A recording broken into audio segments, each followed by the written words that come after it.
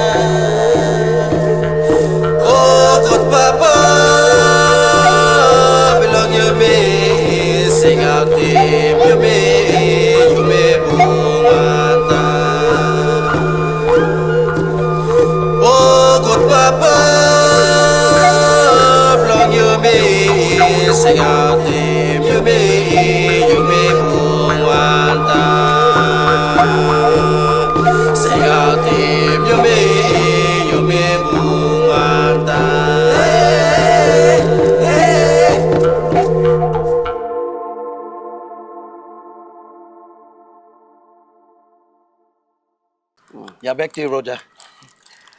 Right. So in our country in Papua New Guinea, we have these different cultures, and we have these different instruments that come from these different cultures. So these musical instruments, we incorporate them into our music, in the liturgy, and in our worship in the church. So I'll be explaining some of these instruments that are in front of us now. So firstly, we'll start off from the islands. So from the islands of Papua New Guinea, especially in where my father is from, my father's place, the autonomous region of Bougainville, they use these pen pipes. But in the local language, they call it kaur. It's called kaur. It's made from very thin pieces of bamboo, and it's cut in different tunes. It's cut in different tunes. And the sizes. And the sizes. And each different pieces of bamboo, they give a different tone. So, for example, this one is tuned in a specific way to accompany a specific song. So this one is a different tune altogether. So, but both of them are the same instrument from the same material. So I'll just give a demonstration. So this one has different tones. So it goes something like.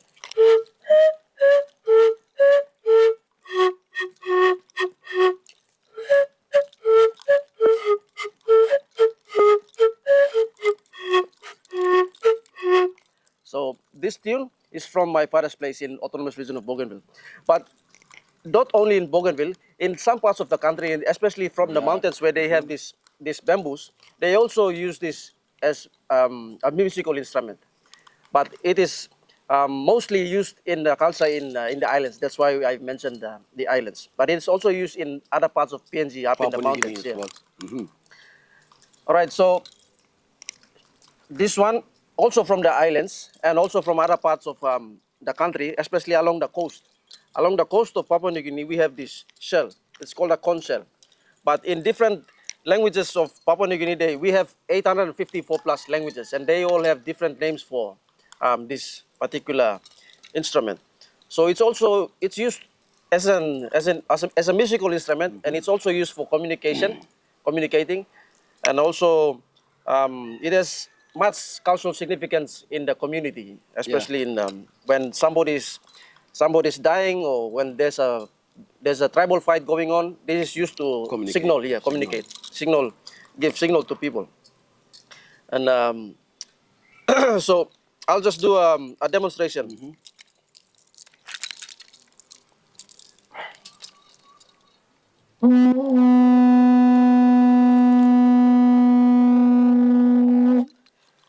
So different intervals where you blow this conch shell, it has different significance. It has this special way of communicating. So if in some places, if you blow it 3 times, it signifies that something is happening. If you blow it 2 times or one very long. It gives the signal. If you blow it for a very long time, it means a different thing. So that is the conch shell from the coastal areas of Papua New Guinea. Okay, we'll go back up to the mountains. So this one it comes from the highlands of Papua New Guinea, and it's mostly used in the Simbu area of Papua New Guinea. It's called a kakumba in the Kuman language. The Kuman language is called a kakumba. The word kua in the Kuman language, it means bird. It means bird. So the kakumba is used to imitate a bird's call. And in different tribes, they have different signals that they use this bamboo, this kakumba side flute. So I'll just give a demonstration, and then we can Nolan can accompany me with a different rhythm. So it has this sort of aura. It gives off this aura. So when you blow it in a certain way, like so.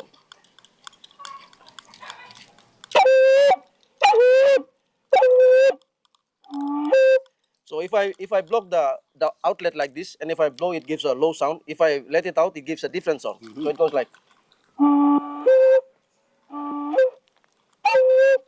If I blow really hard on it, it gives a different octave, something like that. So if we will blow it back and forth like this, so 2, 3.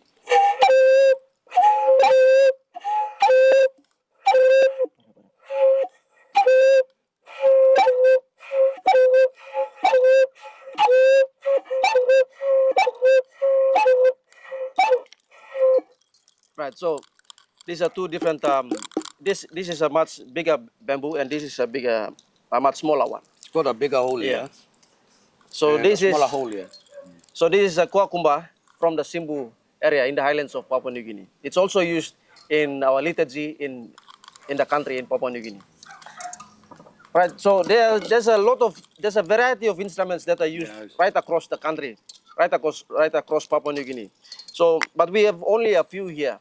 So we'll finish off with this one. This is made from Bamboo. a very thin piece of bamboo.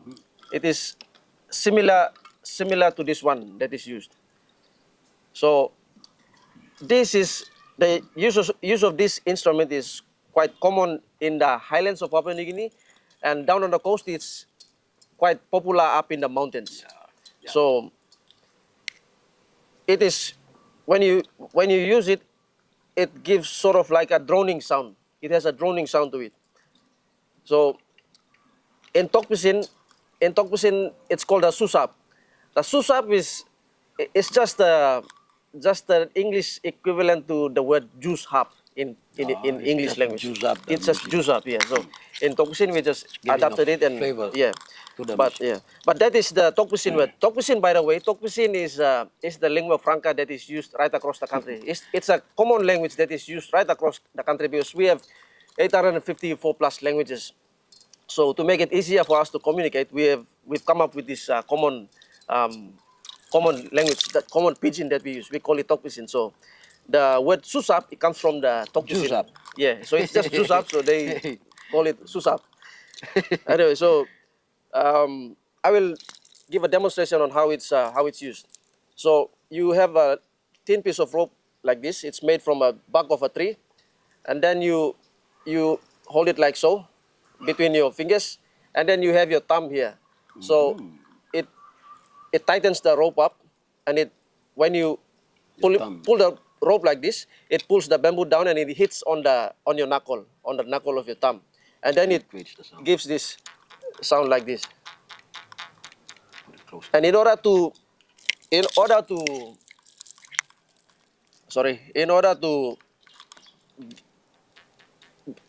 create good music out of it, you put it on in your mouth, and you shape the sound with your mouth. Using the lips.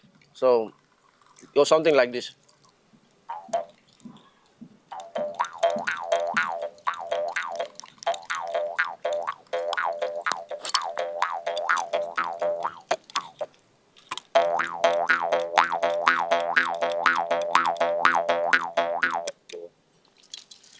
All right, so these different instruments, they are all captured in the song that we created. So Nolan can tell you more about it. Yes, we use all these things in the studio. By the way, I'm working with the Catholic FM here in Leh, Papua New Guinea, as a music producer. So yes, we produce all these things using bamboo. This bamboo, the kundu here,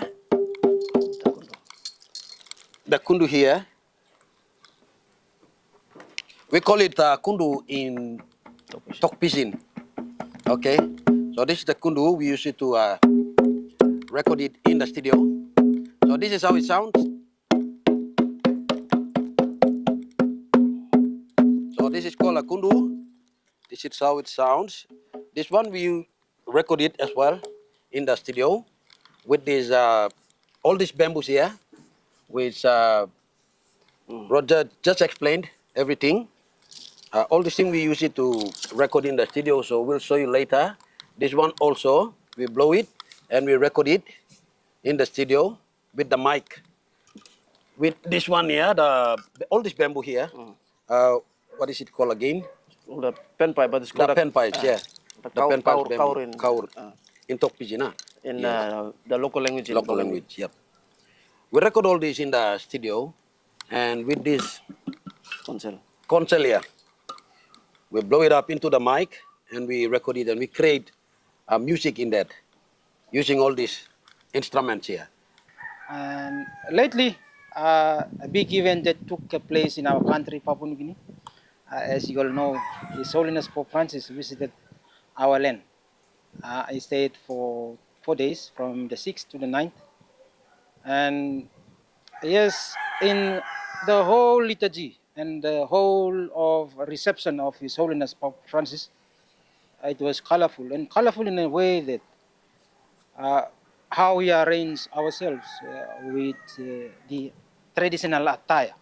As you can see, I'm dressing in part of it, my headdress and my necklace, and my Roman collar, just to integrate that the priest is also have some cultures, some customs, some way of doing things. As a Melanesian, Papua New Guinean, this is what we are. So we present ourselves when events, big events come up or appear to be as they are, we make it in color and meaningful way that resembles our life. And purposely our life is, it's these things or these instruments, musical instruments is part of that also. Uh, Someone can hold the pan flute, the pan flute, kaur, and walks around with it and start blowing up and down when he's going to the bush or he's going to the river or to the sea. These are things that are common and part of us.